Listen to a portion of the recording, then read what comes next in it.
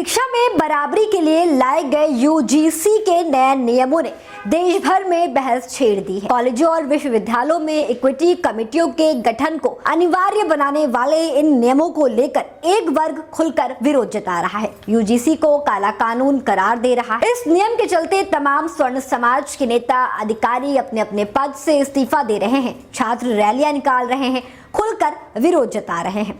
अब दोस्तों, ये आग अभी शांत नहीं हुई थी कि लपटे बहुजन समाज पार्टी यानी कि बीएसपी प्रमुख मायावती की ओर से आने लगी। उन्होंने खुलकर इसका समर्थन करते हुए विरोध करने वालों पर सवाल उठाए हैं। नमस्कार दर्शकों, मैं कनक मिश्रा, आप सब देख रहे हैं द इंडिया लाइव। बताते चले, मायावती ने सोशल मीडिया प्लेटफॉर्म एक्स पर एक के बाद एक कई पोस्ट कर डाली। उन्होंने यूजीसी के उच्च शिक्षण संस्थानों में समानता को बढ़ावा देने वाले नियम 2026 का बचाव किया। उन्होंने कहा कि कॉलेज और विश्वविद्यालय में जाति आधारित भेदभाव को खत्म करने के उद्देश्य से बनाए गए इन नियमों को कुछ लोग जानबूझकर भेदभावपूर्ण बताने की कोशिश कर रहे हैं। बसपा प्रमुख के अनुसार सरकारी और निजी उच्च शिक्षण संस्थानों में इक्विटी कमेटियों के गठन का विरोध केवल सामान्य वर्ग के वही लोग कर रहे हैं जिनकी सोच आज भी जातिवादी है और जो इस पहल को अपने खिलाफ साजिश के तौर पर देख रहे हैं। उन्होंने स्पष्ट शब्दों में कहा, इस तरह का विरोध बिल्कुल भी उचित नहीं। हालांकि मायावती ने सरकार की प्रक्रिया पर भी सवाल उठाए। उन्होंने कहा कि यदि इन नियमों को लागू करने से पहले सभी वर्गों को विश्वास में लिया गया होता,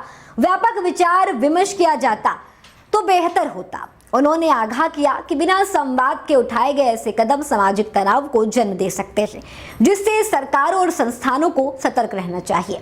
अपने बयान में मायावती ने दलित और ओबीसी से भी खास अपील की है। उन्होंने कहा है कि इस वर्ग को अपने ही समाज के स्वार्थी और अवसरवादी नेताओं के भड़काऊ बयानों से प्रभाव नहीं होना चाहिए। मायावती ने आरोप लगाया है कि कुछ नेता गंदी राजनीति के लिए इस समुदाय का इस्तेमाल करते हैं और ऐसे लोगों से सावधान रहने की जरूरत है। गौरतलब है कि यूजीसी ने 13 जनवरी को नए इक्विटी नियम 2026 अधिसूचित किए। इन नियमों के तहत सभी उच्च शिक्षण संस्थानों में भेदभाव की शिकायतों की जांच और समावेश को बढ़ावा देने के लिए इक्विटी कमेटियों का गठन अनिवार्य किया गया। इन कमेटियों में ओबीसी, एससी, एसटी, दिव्यांगजन और महिलाओं का प्रतिनिधित्व सुनिश्चित किया जाएगा। ये नियम वर्ष 2012 के पुराने सलाहकारी प्रकृति वाले प्रावधानों की जगह लेंगे। नए नियमों के खिलाफ उत्तर प्रदेश समेत कई राज्यों में छात्रों ने विरोध प्रदर्शन किया। आलोचकों का कहना है कि इस ढांचे का दुरुपयोग संभव है। वहीं दोस्तों, इस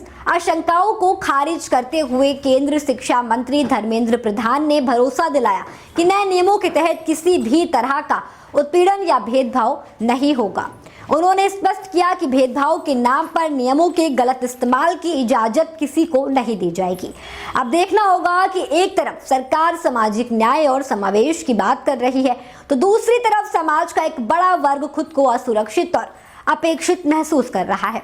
इस बीच बसपा सुप्रीमो मायावती का खुला समर्थन ये संकेत देता है कि इस बहस अब सिर्फ नीतियों तक सीमित नहीं रही, बल्कि इसका राजनीतिक असर भी तय माना जा रहा है।